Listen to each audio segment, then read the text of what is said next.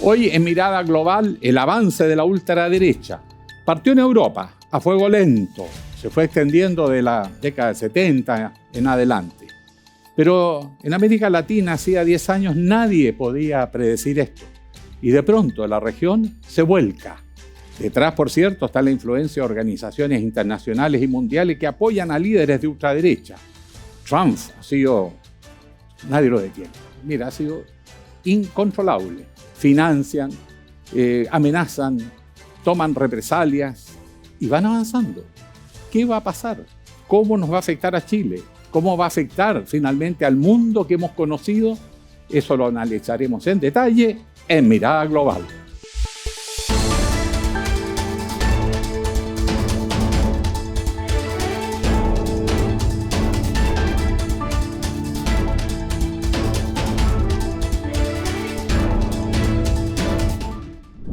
Bienvenidos entonces pues a Mirada Global, la situación geopolítica, el avance de la ultraderecha en el mundo occidental, en Europa, Estados Unidos y América Latina, que entró hace poco, pero con una virulencia sorprendente. Y para abordar este tema, figuras destacadísimas de nuestro país: Mónica González, periodista, escritora, Premio Nacional de Periodismo y que ha recibido el Premio Ortega y Gasset a la trayectoria profesional el 2020.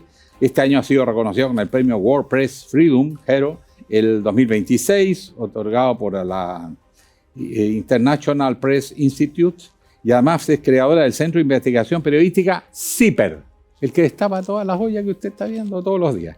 Bueno, y además el doctor Cristóbal García Huidobro, historiador de la Pontificia Universidad Católica de Chile, doctor en Historia Moderna en el St. Anthony College de la Oxford University y académico de la USACH. Y aquí los tenemos en casa para analizar esta irrupción, para algunos inesperada. Para mí, hace 20 años no le habría dado nunca importancia, pero se fue. ¿Qué está explicando el surgimiento de estos grupos, Mónica? ¿Qué lo origina? ¿Dónde están los epicentros? ¿Y cómo se ha irradiado tan rápido?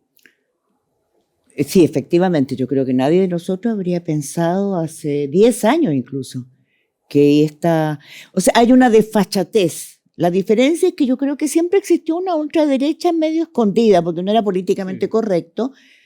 Voy a decir una cosa impropia. Trump dice en conferencia de prensa, le dice, no, si cuando uno tiene poder puede agarrarle el culo a las mujeres.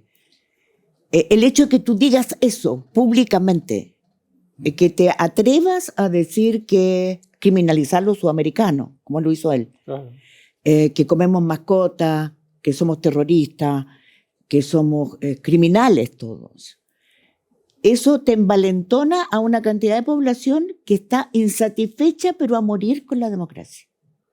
Y yo creo que ahí hay una explicación, hay que mirarse al espejo y a decir ¿por qué lo hemos hecho tan mal?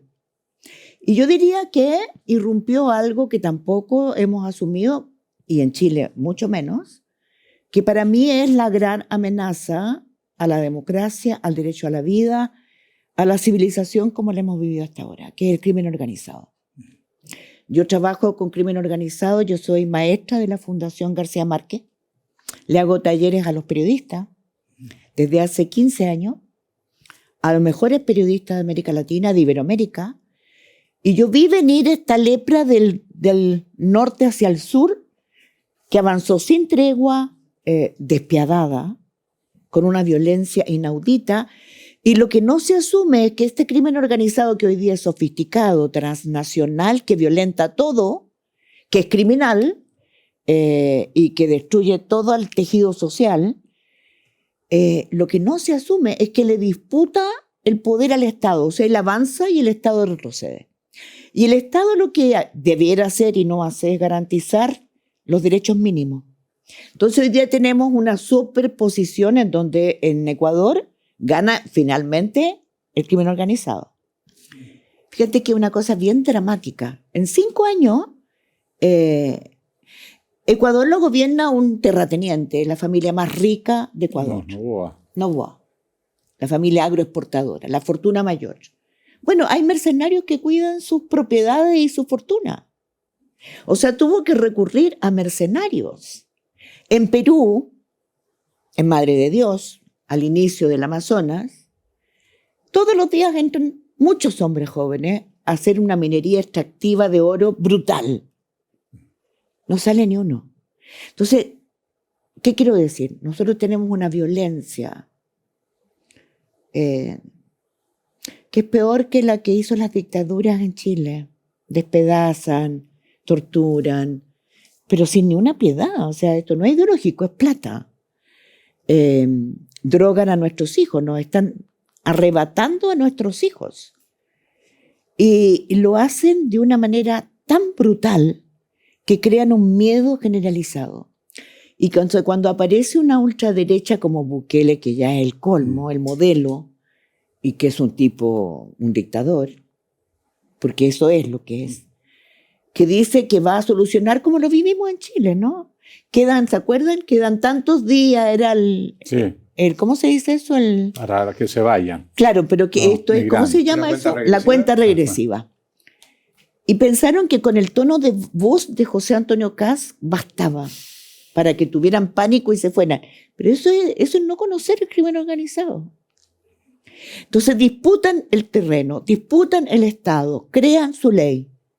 Y en Chile, CIPER hizo el 2009 la primera radiografía de los territorios ocupados. Eran 700.000 chilenos en Santiago que vivían bajo la ley del crimen organizado. Hoy día son 3,5 millones. Tú has planteado dos grandes procesos en realidad, ¿no? Una deriva autoritaria del régimen institucional tradicional. Esto pasa más en Europa, en América, que en cualquier otra parte del mundo, por razones culturales, civilizatorias.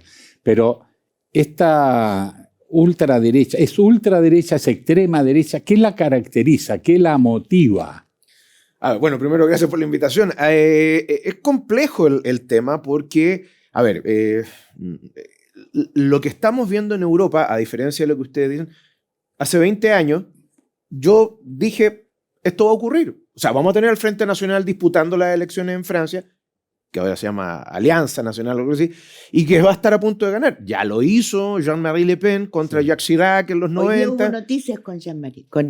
Está muerto. Con la hija, con Marine Le Pen hoy día, bueno, ayer hubo. Ahora, el tema es que, lo que está pasando, donde parecía imposible era en Inglaterra, pero a la larga terminó ocurriendo en Suecia, en Finlandia, en Alemania con AfD, ¿no es cierto? Tenemos las posibilidades de que efectivamente terminen ganando la elección del Bundestag el próximo año. A lo que quiero llegar es que, en el fondo, tiene que ver un poco con lo que decía Mónica, es la insatisfacción con la democracia, porque, como dijo una vez un ex embajador norteamericano acá en Chile, Harry Barnes, que era embajador en la época del general Pinochet, llega y le dice, los problemas de la democracia se arreglan con más democracia. Es que no es así. Y no funciona así, menos en países como los nuestros, en América Latina. Uno pensaría que eso podría haber resultado en Europa, pero los problemas de la democracia no se arreglaron con democracia. ¿A qué quiero llegar? Hoy día tenemos, por ejemplo, concentrándonos en Europa, porque también el avance de partidos extremos ubicados en lo que llamaríamos el espectro de la derecha ha ocurrido también en Asia. Mira lo que está pasando en Turquía, mira lo que pasó en la India con Narendra Modi, en fin, que en el fondo tenemos monos de paja. O sea, tenemos un enemigo o varios enemigos. Mónica hablaba, por ejemplo, del crimen organizado. Llevémoslo a Europa. Migración descontrolada, imposibilidad de integración de las minorías étnicas dentro de los países a los que llegaron. Y no solamente imposibilidad, hay una acción permanente de no querer integrarse, ¿ya? Lo que nos ha llevado, por ejemplo, a casos que salieron hace poco, ¿no? De por ejemplo, una persona en Irlanda del Norte que fue apuñalada en la cara por un inmigrante de Sudán. Entre otros varios casos. En Alemania, los casos de violación masiva a mujeres, ¿ya? Y donde la prensa, por ejemplo, ha sido cómplice en no decir, ¿sabe qué? Estas personas son migrantes de primera generación. Y cometieron tales y cuales delitos. ¿Por qué? Por temor a crímenes de odio, por temor a la censura de parte de los gobiernos, etc. Entonces, los problemas de la democracia, que implica cómo nosotros construimos la casa común, perdonando ¿cómo se llama? La expresión metafórica y también un poco cliché. Las metáforas están de moda. Claro, las metáforas, no la hipérbole. Hay una confusión. Pero, en el fondo, cómo nosotros convivimos civilizadamente ese parámetro se fue al suelo. ¿Ya? Ese es el caso de Europa. Por ejemplo, cuando los demócratas suecos, que es un partido de la extrema derecha, utilizando el esquema clásico, pero así como existe una extrema derecha, existe una extrema izquierda. Ese es el tema. ¿Ya?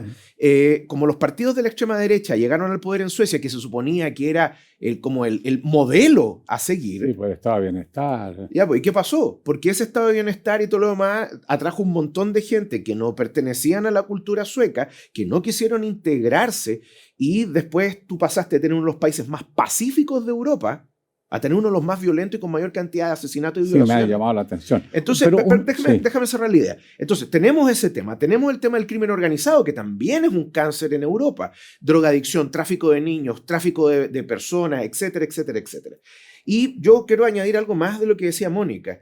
No es que el crimen organizado le dispute necesariamente su espacio al Estado. Es que cuando el Estado no resuelve, entonces el crimen organizado lo hace. No nos olvidemos de Pablo Escobar. Pablo Escobar fue candidato a personero, que es un representante en el caso Colombia, y después candidato a diputado. Y la gente lo alababa, porque el gallo llegaba con plata, el gallo les daba seguridad, pero ¿a qué precio? ¿Ya? El patrón del mal tenía bien puesto su nombre. ¿Me entiendes? Entonces, también es cuando el Estado es insuficiente para resolver los problemas, puede ser que el crimen organizado trate de hacerse de algo. ¿Trate? Por eso, es que depende si están las cosas. No hay que olvidar que el crimen organizado funciona como una empresa. Entonces, si existe la oportunidad de desarrollar el negocio, lo va a hacer, que es lo que hizo el Chandaragua acá en Chile. Ahora, a mí me llama la atención, antes de entrar a América Latina. Es que yo creo que hay algo que yo refuto de lo que acabas de decir, estoy estupefacta, porque escuchándote es casi la culpa de los migrantes. Y se te olvida, la culpa es de los gobiernos, que en Inglaterra, hace poquitos días, muy pocos días, hubo una cacería de migrantes. Quemaron refugios. ¿Y sabes por qué? Porque el señor Elon Musk, en su X, llamó a quemar los refugios. ¿Por qué? Porque no es verdad esto de que nos dicen, no, todo lo contrario, mienten. Lo que son las redes hoy día, porque la gente nos está informando por los diarios, desgraciadamente. Estamos en una baja brutal de los medios de comunicación. Y los jóvenes, en su mayoría, no se informan por los medios. Bueno, además no lo estoy diciendo yo, lo dicen, todos coincidieron en que había pasado una cosa brutal. Elon Musk personalmente escribió diciendo que habían apuñalado a un señor y que era un inmigrante, que estos seres infectos, y salió una cantidad de gente enfurecida a quemar refugios. Se provocó una discusión en el Parlamento. O sea, no estamos frente a una inhibición de decir por políticamente correcto que los inmigrantes son los que provocan problemas. No, todo lo contrario. Hay una exacerbación del inmigrante como la figura del enemigo, al tipo que hay que eliminar. Esa es la diferencia. Asistimos a una deshumanización, desgraciadamente, brutal. Fíjate, yo solamente quiero citar por las cosas de los últimos días. Yo estoy impresionada que en Alemania, el servicio más importante de inteligencia de Alemania acaba de emitir un estudio que se hizo público diciendo que la ultraderecha es una amenaza para la vida y la convivencia y la democracia de Alemania. O sea, lo que quiero decir es que ultraderecha, crimen organizado, de repente se entrecruzan, porque hoy día son sofisticados, hoy día son transnacionales, hoy día el poder del crimen organizado es tan grande que el 2024 sus ganancias fueron más que el PIB de China. Es una brutalidad la cantidad de plata. Y se mezclan. Ponte tú en Perú, la principal riqueza de Perú hoy día, estoy hablando de la riqueza, lo que lleva más plata, es la minería ilegal. Por eso que no sabemos cuánta gente muere en el Amazonas. Pero un sendero distinto. Pero es que 1000 veces peor que el sendero luminoso. Entonces, yo cuando escuchaba lo que tú decías, yo creo que hoy día asistimos a algo que es muy distinto a lo que fue en los años 60 y 70, que nosotros lo conocimos bien, no nos contaron ni lo leímos en un libro, que es la irrupción, ¿no es cierto?, en América Latina de una vertiente de guerrilla, lucha armada. O sea, vamos a tomar el poder por la lucha armada. Hoy día eso no existe. Hoy día eso no existe. No hay esa vertiente, ese polo potente, ni de líderes, ni de teoría. Lo que nosotros tenemos hoy día, quien le disputa el poder al Estado, es el crimen organizado. Y eso pasa en Perú, en Ecuador, en Brasil. Perdón, México hay estados que están controlados no por el Estado. Sí, claro. Entonces yo creo que por eso que estoy preocupada y muy preocupada. Porque creo que así como no asumimos que una de las vertientes más importantes del crimen organizado es el tráfico de armas que vienen de Estados Unidos. Vamos por parte, porque no asumimos hemos tomado su dimensión. El crimen organizado, que es una realidad terrible, sin duda. Pero esta ultraderecha, ¿a qué responde? Y se ha mencionado que tendría vínculos. Perdón, lo único que quiero para cerrar, sí, a que ellos matan, torturan, secuestran, roban, y el Estado no los persigue ni los logra controlar como debiera, porque penetra el crimen organizado. Lo primero que hace es penetrar Fuerzas Armadas, Carabineros, Gendarmería, Congreso, gobernaciones, alcaldías, penetra. Y nosotros, para mí, la verdadera emergencia que enfrentamos en Chile es la corrupción. Sí, la corrupción y el crimen organizado, sin duda. Pero, Alejandro, ¿cómo entra la dimensión política? Tengo que ser responsable de algo que dijo Mónica. A ver, en primer lugar, estoy dando un ejemplo de lo que está ocurriendo en Europa y esa es la agenda. Si nosotros miramos a demócratas suecos, al partido Finlandia, a AfD, a UK Reform Party y etcétera, nos vamos a dar cuenta que a Vox en España el resultado es lo mismo. Y no están mintiendo porque los medios de comunicación tienen un cepo en torno a qué información dan. Y no solo eso. Miremos el caso de las protestas, como también, por ejemplo, cuando han habido, porque aquí esta es la clásica arrogancia de los políticos, ¿ya? Y lamentablemente lo que tenemos es lo siguiente, cuando no lo vimos venir, una frase que ustedes recordarán, ¿no es cierto? Muy certera quizás hace 6 años atrás en nuestro país. No lo vimos venir, todo lo vimos venir. ¿Por qué? Porque las políticas del progresismo en algún momento se convirtieron en una cuestión religiosa. Ese es el tema. Era una cuestión incontestable. Y a la larga lo que ocurrió fue la vuelta de mano. Es la lógica pendular en la historia. 1. 2. Por ejemplo, el caso de Estados Unidos. El caso de Estados Unidos es bien particular porque nadie pensaba en su sano juicio que un personaje que era una caricatura de sí mismo como Donald Trump llegara a ser presidente de la República. 70, 80 años antes, nunca nadie pensó que un austriaco de un partido insignificante se convirtiera en la primera fuerza en el Reichstag en 1933. ¿Por qué? Porque, y cito textualmente, una nación educada y civilizada como la alemana no podía reducirse precisamente a esa barbarie. Eso es arrogancia, porque la naturaleza humana es jodida, perdonando la expresión poco académica. Entonces, ¿qué es lo que ocurre? El caso de Estados Unidos. Las costas norteamericanas, ¿no es cierto? Costa este y oeste, donde fundamentalmente el Partido Demócrata arrasa, no siempre, pero tradicionalmente lo hace, pensaron que eran dueños del gobierno, salvo por el interludio con George Bush, hijo, ¿no es cierto? El Partido Demócrata se había mostrado incontestable desde Obama en adelante.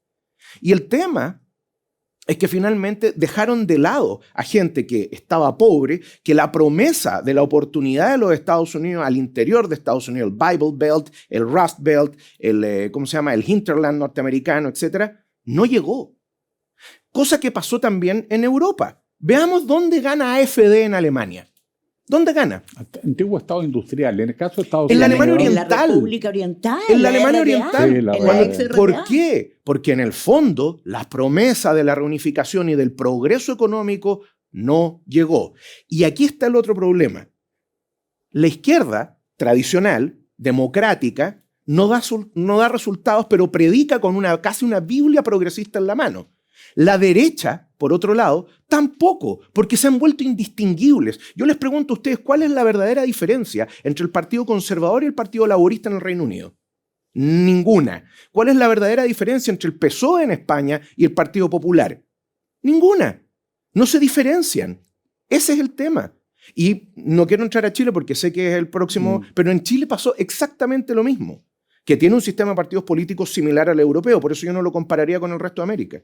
Al menos no desde el punto de vista político propiamente tal, desde el punto de vista cultural, socioeconómico, etcétera, sí, pero el sistema de partidos políticos es distinto. Y por último, nosotros no solamente tenemos un problema relacionado con el tema de la migración en el mundo europeo, donde se ha convertido en una bandera de lucha, especialmente por los partidos más extremos, ¿ya? Sino que también hay otros problemas desde el punto de vista económico. La catástrofe demográfica que hay en Europa en estos momentos. O sea, hay países que están peores, como el caso de Corea del Sur, pero en el caso de Europa en general hay un colapso demográfico que, claro, nosotros lo estamos viendo ahora. En 60 o 70 años más nosotros probablemente no vamos a estar en este mundo, pero el colapso se va a dar más o menos en esa época. Si no se resuelve el asunto, entonces no hay esperanza, no hay horizontes vitales, ¿eh? Y pareciera que la política en torno a la democracia no ha dado resultados. ¿Y sabes qué es lo que hace la gente? Lo mismo que han hecho los rusos en algún momento. Mirar al pasado y decir que todo pasado fue mejor. Lo mismo que pasa en España con estos admiradores del régimen de Franco. Oh, no, con Franco las cosas estaban bien, era la octava economía del mundo. Italia, no, en Italia con Giorgia Meloni. Reivindicando Pero se nos está olvidando algo. A ver. Porque, por supuesto, yo de nuevo discrepo de tu análisis. Sí, pero sí, por supuesto, sí, por suerte en Chile todavía estamos en democracia. Y qué bueno que discrepemos, porque resulta que de ahí, de donde sale el diálogo, el consenso. Pero Mónica, ¿sabes qué? Perdona que te interrumpa. Yo estoy absolutamente de acuerdo contigo, pero también hay un problema. Estoy pensando siempre en Europa. La democracia en Europa también está en peligro por aquellos mismos que han jurado defenderla. Bueno, pero me Ese es el problema. No, por eso. Pero por eso. Entonces, el tema es el siguiente. Fíjense bien. Las guerras que vienen son por agua. Lo sabemos y no nos estamos preparando. No. Resulta que yo acabo de leer algo que me pareció maravilloso, que por fin parece que este gobierno se va a poner las pilas con la entrada a la Patagonia, ¿no? A la Antártida, que es la principal reserva de agua de la humanidad. Porque no nos olvidemos que el señor Trump tenía la mirada puesta, ¿no? Sí. Entonces, para mí el concepto de soberanía hoy día se vuelve vital. Pero ¿por qué estoy planteando esto?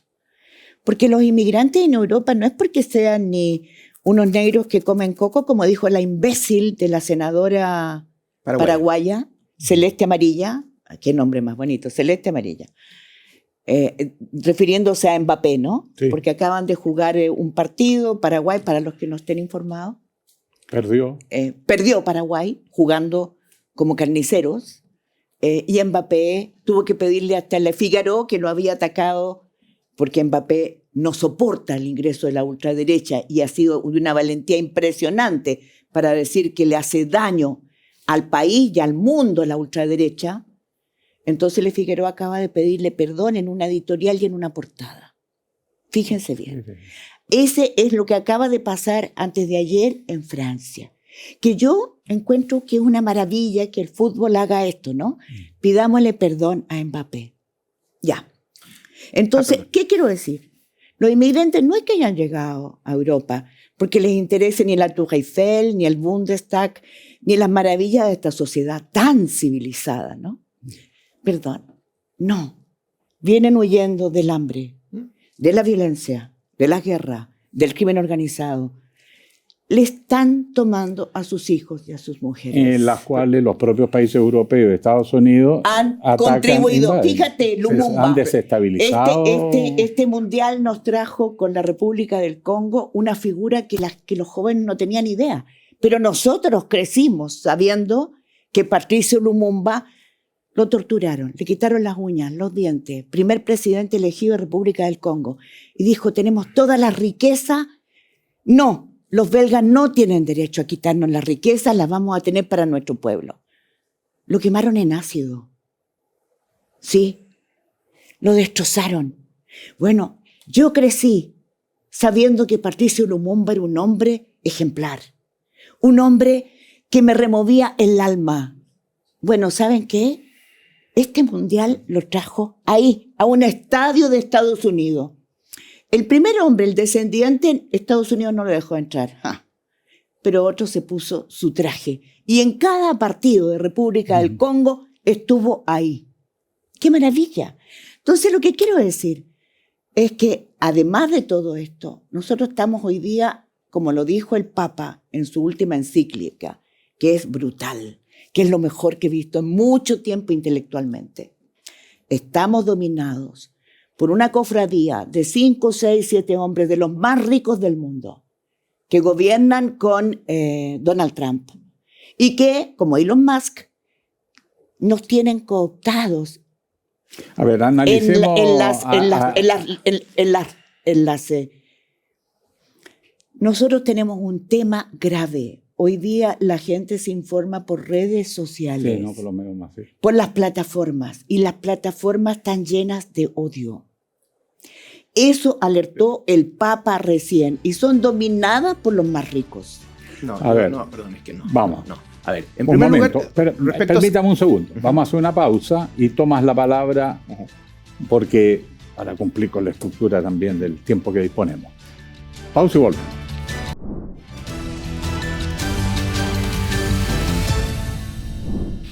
Ha estado muy bueno el debate en esta oportunidad del avance de la ultraderecha, pero que aparece combinado con muchos otros factores, la revolución de las tecnologías que facilitan los mensajes de odio, la emocionalidad, la pérdida del diálogo más sobrio, argumentado, las migraciones que hace temer incluso a los países que no reciben muchos migrantes de Europa del Este y que sin embargo temen a la migración porque se crea como una suerte de fantasma. Y por supuesto la globalización que ha dejado ganadores y perdedores, es una combinación de factores. Pero Cristóbal García Huidobro, historiador, sí, antecedentes de este proceso, mirado un poco de las estructuras que hay detrás, de la combinación de factores que está generando este cuadro de ingobernabilidad. Europa se niega a sí misma, esa es la realidad hoy. No, y no solo eso. A ver, solamente un dato, por si acaso, el caso Celeste Amarilla, que lo mencionaba Mónica, ella es militante del Partido Liberal Radical Auténtico en Paraguay, que es la centroizquierda en Paraguay. Así que para que vean que el racismo y el discurso de odio viene de varios lados del espectro. Eso es lo primero.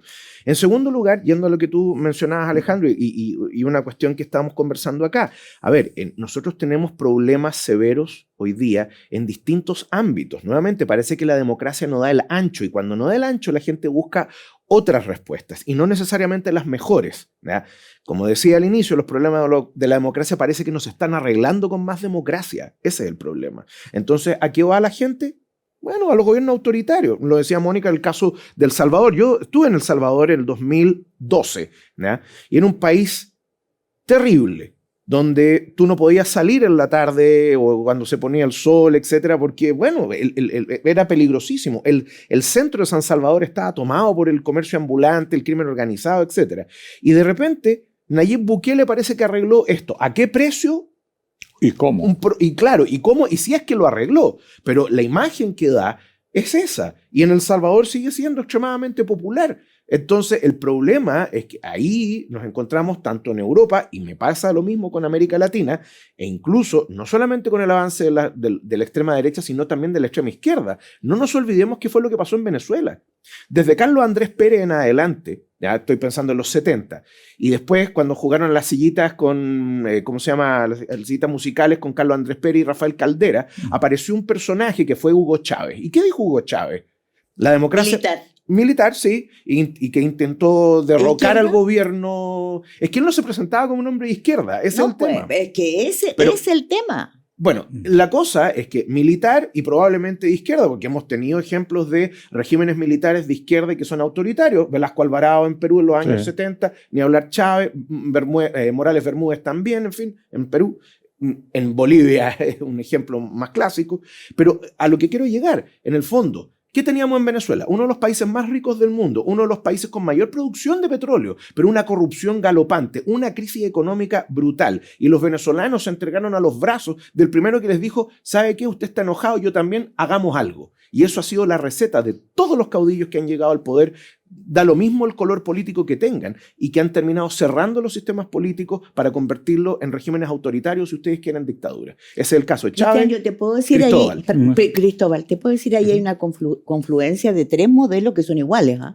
O sea, para mí Venezuela es una dictadura, y hoy día ni hablar, ¿no? O sea, sí. A Trump le importó hacerse del petróleo y ahora de las tierras raras, porque en este preciso momento que estamos hablando, han contratado sicarios para entrar en el Amazonas, donde hay ex-FARC, que tampoco son guerrilleros, ni tampoco son de izquierda, son delincuentes, extrayendo, sacando oro de manera desbocada, haciendo que huir a comunidades que son inmigrantes, porque les envenenan tierras y agua. Bueno, o comunidades indígenas también. Que son las mismas, ¿no? Son comunidades indígenas que se convierten en inmigrantes. Entonces, lo que quiero decir, Nicaragua es otra dictadura. Venezuela es una dictadura. Yo lo quiero traer acá. Entonces, Chile. Estamos hablando de qué? De gobiernos que una vez que llegan, nacen por el voto popular, y esto es lo grave. Desde dentro. Y desde dentro destruyen la democracia. Van capturando de a poco tribunales electorales, Congreso, Corte Suprema. Trump lo hizo en completo silencio sin que nadie se diera cuenta. No, y lo reconocen, y los propios supremos están felices. A ver, ¿cómo esto aterrizó en Chile? Nosotros nos caracterizamos, creemos ser en algunos aspectos distintos. Fuertes instituciones, una democracia que ha sufrido golpes y matanzas, no es tan así como se presenta, ¿no? Tan adocenada, pero hemos tenido una cierta capacidad de tener gobernabilidad, al menos orden, instituciones que más o menos parecía que funcionaban. Y de pronto nos explota todo en la cara y resulta que la cordillera de los Andes parece que no existe. ¿Cómo llegamos a esto? Que pasó lo que hace 10 años atrás, ni el más conspicuo miembro de la ultraderecha había creído que en Chile podía pasar. Tenemos un presidente que yo no sé si ultra, extra, o si es populista, que es lo que es. ¿Cómo se le puede definir? A ver, en primer lugar, tenemos que enfrentarnos a una posibilidad cierta de que el esquema tradicional de izquierdas y derechas ha quedado en el pasado. Claro. Eso es lo primero. Habría que entenderlo ya más en ejes de coordenadas, ¿no es cierto? Como lo hacen, por ejemplo, la ciencia política en Estados Unidos, en Europa, y en vez de estar con este modelo que lo tenemos desde la época de la Revolución Francesa, ¿ya? Y además, vuelvo a repetir algo que dije antes, ¿qué es lo que distingue a la izquierda de la derecha en el mundo? Parece que ya no está tan claro. Eso es un punto. En segundo lugar, en el caso chileno, yo vuelvo a repetir, yo como soy de formación jurídica, pero también histórica, yo miro esta cuestión y digo, a mí me parecía que esto sí podía ocurrir, y yo sí lo veía venir en Europa, lo veo venir en Chile también, además porque esto ya ha pasado antes en Chile, con bemoles indudablemente y con el espíritu de cada época. Sin embargo, indudablemente tenemos una derecha que está desgastada, si vamos a utilizar esa nomenclatura. Hay una derecha que está desgastada y estuvo desgastada, ya sea por el estallido social o porque efectivamente no era capaz de cumplir con las promesas que le hizo a la gente. Durante el periodo de la concertación, ¿no es cierto? Desde el año 90 hasta el 2014, porque después viene la nueva mayoría, pero digamos que es la concertación esos 20 y tantos años, se comportó como una de las coaliciones más fructíferas y eficientes en la historia de la República de Chile, históricamente hablando. Es la más longeva también, ¿ya? Y parecía que ahí había un camino a seguir dentro de la centroizquierda, ¿no es cierto?, y que funcionó. Pero a la larga todos los modelos se terminan desgastando. El discurso de Joaquín Lavín en el año 2000 y el discurso de Sebastián Piñera el 2010, o 2009 en realidad, tenía que ver precisamente con que afuera lo viejo, adentro lo nuevo. Y denos la oportunidad a nosotros de gobernar. Y lamentablemente no lo hicieron o no cumplieron las expectativas que la gente tenía. Y de ahí, del segundo gobierno del presidente Piñera, tuvimos un cambio, un golpe de timón bastante fuerte por circunstancias que no sé si alcanzamos a discutir acá, no lo creo, pero que en el fondo lo cambiamos por un régimen del Frente Amplio, donde aquí se cumplió la clásica metáfora de Goya, ¿no? Donde Saturno devora a sus hijos, porque en el fondo los padres del Frente Amplio fue la Concertación, y precisamente de fagocitar a la Concertación es que el Frente Amplio se terminó convirtiendo en una fuerza política importante. Finalmente, el gobierno del presidente Boric no dio el ancho por diversos motivos, ¿ya? Pero no lo dio y las expectativas fueron. Entonces, ¿qué tenemos? Un alza en el populismo, en primer lugar, ¿ya? Que ya venía de mucho antes, pero como decimos acá en Chile, de atrás pica el indio, ¿no es cierto? Por los palos se va metiendo, por ejemplo, un personaje como Franco Parisi, ¿ya? Y por otro lado, tenemos el mismo caso que ha ocurrido en Europa, donde, como no hay diferenciaciones reales entre la izquierda, la centroizquierda y la centroderecha, sale alguien que dice, es que yo soy distinto. Ahora se dio una cuestión bien curiosa porque ahora tienes dos partidos que dicen nosotros somos distintos a la derecha, que el Partido Nacional Libertario y el Partido Republicano. Pero aquí es donde está el tema. No solamente somos diferentes, sino que se da el ejemplo que yo le daba a Mónica y te lo daba a ti, de, ¿sabe qué? Usted está enojado porque no le han cumplido las promesas, yo también estoy enojado, vote por mí, cambiémoslo. Lo que no ha ocurrido es que, llegado al poder, y nuevamente no ha pasado poco tiempo, por eso yo no pongo las manos al fuego por nadie, ocurre que cuando pasó esto, en el caso de Venezuela, por ejemplo, o en el caso de El Salvador, que son dos polos extremos, ¿no? Pero es agua del mismo pozo, lo que tenemos es que inmediatamente se coopta el Estado y se cierra el sistema democrático. Eso no ha ocurrido en Chile. No ocurrió con el Frente Amplio, a pesar del temor de muchos. No ha ocurrido con el gobierno del presidente Kast, ¿ya? Pero nuevamente yo creo que hay que ser crítico y además también ¿cómo es que se dice? Cauto, ¿ya? Eso es lo que yo estoy viendo, por lo menos en el caso chileno. En el caso del resto de Hispanoamérica, creo que es un poco distinto. Sí. A ver, Mónica, la particularidad de Chile y de esta ultraderecha chilena es ultra es que a mí, extrema. ¿Qué es? En análisis de Cristóbal, hay un elemento que me falta y que para mí es clave, porque nos quemó el alma, que es la corrupción. O sea, el año 2011 pasaron, para mí es un hito, porque esto no pasa porque los políticos o sea, esto es como la represión, ¿no? No es que el 11 de septiembre se volvieron todos los militares locos, no, la máquina de matar venía preparándose desde antes, porque es una máquina de muerte, la que se pone en marcha cuando hay golpes de Estado. Ahora hay otra máquina hoy día funcionando, yo estoy segura. Y está en marcha porque ya uno identifica los ruidos, que son las voces de odio, de eliminar al otro. Entonces, el 2011 hubo el fraude de la Polar, que hasta el día de hoy mucha gente cree que es porque hay más de 1.100.000 personas chilenas compraron cosas que no les correspondían. Pero no es cierto. Toda esa gente compró cosas que no les correspondían porque no tenían el dinero y quedaron con deuda. No, los que perdieron aquí fueron las AFP, los pequeños ahorrantes, porque lo que hacían, el fraude era que en la Polar la ponían todas esas deudas por cobrar que eran incobrables y que habrían hecho que hubieran tenido que capitalizar de nuevo los dueños, las ponían como activos por recibir. Entonces, subió. Las AFP estaban las primeras, los grupos económicos.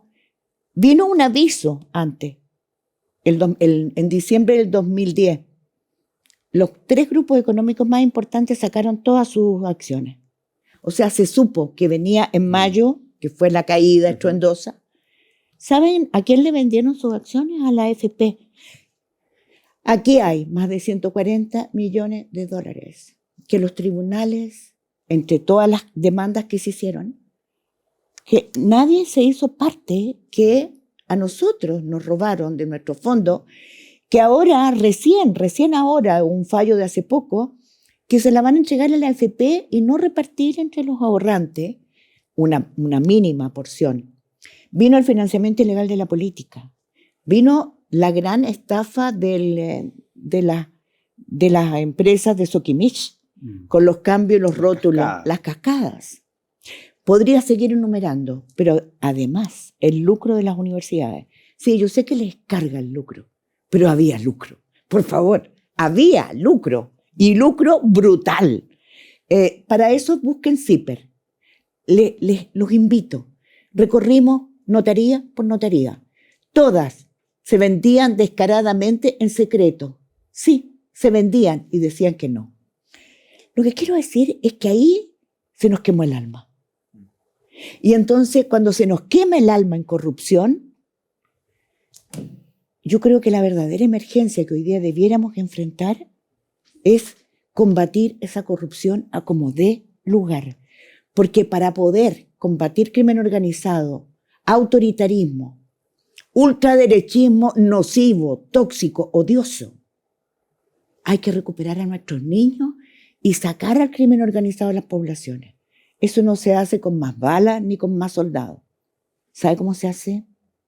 Convirtiendo las escuelas en el motor. La escuela es el motor. La dirige alguien que no es un profesor. En las mañanas los críos estudian.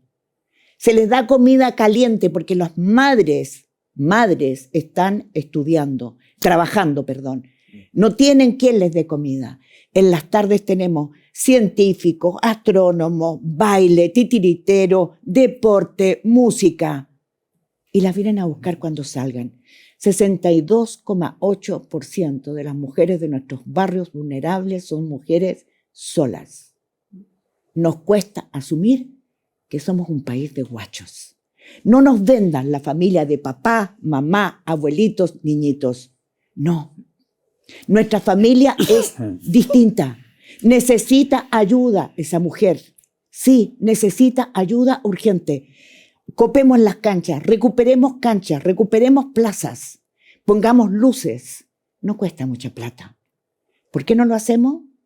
Porque hay corrupción. Este dime y diretes de un Congreso inútil nos está quemando de nuevo el alma. A ver, analicemos un poco el estado. Voy a ir a lo último, hay que tener cuidado. No un Congreso inútil. No. Hay que tener cuidado si empezamos a cuestionar las instituciones gubernamentales de esa forma. Tienes razón, Cristóbal. Eso, pero igual, quiero decirlo. No, si no me pida disculpa a mí. No, es una cuestión peligrosa, ¿ya? Porque así es como terminamos ahora dando la democracia. En segundo lugar, yo estoy de acuerdo con Mónica en dos cosas. Uno, primero, el cáncer que es la corrupción, ¿ya? Que por lo demás, nuevamente, la arrogancia es mala consejera. Nosotros veíamos los índices de corrupción de Chile y decíamos, eran bajos, ¿ya? Pero nadie se atrevió a cuestionarlos en algún momento. Pero hagamos memoria. Yo era niño, pero todavía me acuerdo del escándalo de la mesa de dinero de Codelco con Juan Pablo Dávila, ¿no es cierto? Y ahí fueron 240 y tantos millones de dólares de la época. O sea, traído valor real hoy día, es muchísima plata. No nos olvidemos lo que pasó con el caso de la Corfo durante el gobierno del presidente Lagos, el caso Pomgate, etc. O sea, hay corrupción privada y estatal. Ese es el problema. Y lamentablemente, como a nadie lo perseguían, la impunidad es lo que hace que los ladrones, en el fondo, se vuelvan más valientes. Pero ¿cómo enfrentamos esta situación? Porque hasta aquí la izquierda se muestra incapaz, la derecha también. Y aparece movimiento de ultraderecha. Pero ¿qué viabilidad tienen? Perdón, fíjate lo que acaba de pasar en el Poder Judicial. ¿Por qué no revisamos todos los fallos, todos los juicios de Vivanco, de Ángela Vivanco? Fíjate que descubrimos solamente un caso que es de Codelco, ¿no? Sí. Porque el caso por el que ella estuvo presa hasta hace poco. Bielorrusa y todo. La trama bielorrusa. La trama. Es mucha plata, entre paréntesis, es mucha plata. Bueno, y salió sin pertigue, y salió el ministro Ulloa de la Corte de Apelaciones. Pero resulta que hoy día, gracias al trabajo que ha hecho Reportea con Nicolás Sepúlveda y CIPER, sabemos que son muchos más, ¿no? Sí. Entonces estamos con un problema real. O sea, que nos cuesta mirar. Ese es el tema, Cristóbal. Nos cuesta mucho mirarnos a los ojos porque nos tenemos que preguntar y decir, quizás por eso yo me enojo tanto, pero no me enojo tanto porque estoy convencida, y esto lo digo en serio, que no es con enojo que vamos a salir de esto. Me enojo porque a veces nos da mucha vergüenza mirarnos al espejo. Como decimos, oye, pero si la señora Vivanco era la vocera de la Corte Suprema, sí. Tenía un poder increíble. Pero ¿cómo salimos de esto? Bueno, porque si no, no estaríamos acá, sino que estaríamos en la casa donde tanto se sufre si nosotros supiéramos cómo salir de esto. ¿Cuál es la casa? Correcto. La moneda, sí le decía a Alessandri. Pero tú tenés ganas que te elijan. No, mi señora no me deja tampoco, pero más importante que eso, además, en fin. Pero, a ver, el salir de esto no es no te podemos dar yo por lo menos no puedo dar una respuesta acá, así como este es el plan para poder salir, porque en el fondo estaría mintiendo. ¿ya? A ver, el problema es, como es multicausal, la forma de resolverlo también es multicausal. Por ejemplo, Mónica ponía un caso que a mí, o sea, un ejemplo que es bien importante, que tiene que ver, por ejemplo, tiene que ver con la gente que está, en el fondo, en situaciones precarias, por decirlo menos. Caso del 68.5% de las mujeres, ¿no es cierto?, que viven y los niños que se van a hacer soldaditos. Exactamente. Y se van del colegio. Pero claro, decir que necesitamos educación, necesitamos copar las canchas, etcétera, yo discrepo, Mónica, eso no es barato, ¿ya? No sale barato. ¿Ya? Yo lo he hecho trabajo. No, fantástico, pero a lo que voy yo es que si lo vemos a nivel nacional, no es barato, ¿ya? No por eso no hay que hacerlo, pero quizás es un buen paso y es una buena idea, ¿no es cierto? Pero también hay así como tenemos necesidades, o sea, tenemos, sí digo bien, necesidades infinitas, ¿ya? Que clásico problema de la economía, los recursos son finitos. Eso por un lado. Déjame terminar. Pero, nuevamente, sí, habrá que quitarse el parche curita de una, ¿no es cierto? Y tratar de ser honesto y decir, bueno, parece que no éramos tan poco corruptos como lo pensábamos. Quizás no es lo mismo que pasa en Argentina, donde hay una corrupción institucionalizada, lo mismo que pasa en Perú o Bolivia puede ser, pero nosotros ya nos estábamos convirtiendo en eso precisamente por nuestra falta de crítica. En segundo lugar, hay un tema que tiene que ver también con la falta de credibilidad en las instituciones. ¿Ya? El entrar a cuestionar la legitimidad de los congresos, de los presidentes de la República, etcétera, el llamar veladamente, ¿no es cierto?, a destituciones, el uso y abuso, por ejemplo, de las acusaciones constitucionales, etcétera, todo eso va horadando el sistema y la política se vuelve algo poco serio. Y te doy un dato. Ocurre lo siguiente. Mónica decía, por ejemplo, que hoy día vivimos en un mundo donde las redes sociales imperan. Y es verdad. Y no necesariamente eso es algo bueno, porque hay que decirlo, muchos partidos políticos eligen a sus candidatos precisamente por la presencia que tengan en redes sociales. Sí, ¿y dónde está el trabajo? ¿Dónde está el trabajo de campo que hay que hacer? ¿Dónde está la oferta seria cuando tú tienes que te mandan por un distrito donde tú no vives y no tienes ninguna conexión, pero tú vas los últimos 3 meses antes del cierre de la campaña a pedirle el voto a la gente? En el fondo la gente se va a sentir traicionada y usada. Entonces hay tantos problemas por resolver que nuevamente entramos. ¿Saben qué? Voy a tomar algo que dijo Mónica. Mónica decía que esto no se va a resolver con enojo, ¿ya? Y es verdad. No solamente porque quizá la violencia o el enfurruñarse no sirve, sino que buena parte de lo que estamos viviendo hoy día y del cuestionamiento a la democracia que existe hoy en Chile y en el mundo tiene que ver con gente que está muy enojada, muy choreada y muy ofuscada, porque en el fondo las promesas que les hicieron de progreso, de desarrollo, da lo mismo como ese llegara, no se han cumplido. Bueno, y se siguen sin cumplir, porque yo todavía no veo un diseño para enfrentar esta conversación, no la veo. Perdón, pero es que primero, yo no soy política, yo soy periodista, y él es historiador. Oye, ese no fue el programa. Yo creo que hay algo que hay que atacar, que es la impunidad. La sensación de que la corrupción no la para nadie, la falta de esperanza. Yo creo que si nosotros viéramos al Congreso, al presidente de la República, a las municipalidades que son el hoyo más grande por donde se va la plata pública, y a las empresas, a la CPC, diciendo nosotros vamos a enfrentar los subsidios y las subvenciones, y al Poder Judicial, enfrentando sus lunares, que son forados. Yo creo que es urgente hacerlo. ¿Sabes por qué? Porque nos falta esperanza. Sí. Nos falta esperanza. Y quiero hacer una pregunta así como para cerrar, porque ya se nos fue el programa. En un minuto, ¿cuál es la ultraderecha en Chile? ¿Es más Kast o es más Kaiser? ¿Qué es lo que es el presidente? ¿Es un hombre de ultraderecha, de derecha, es populista? ¿Qué es lo que es? Porque hasta ahora...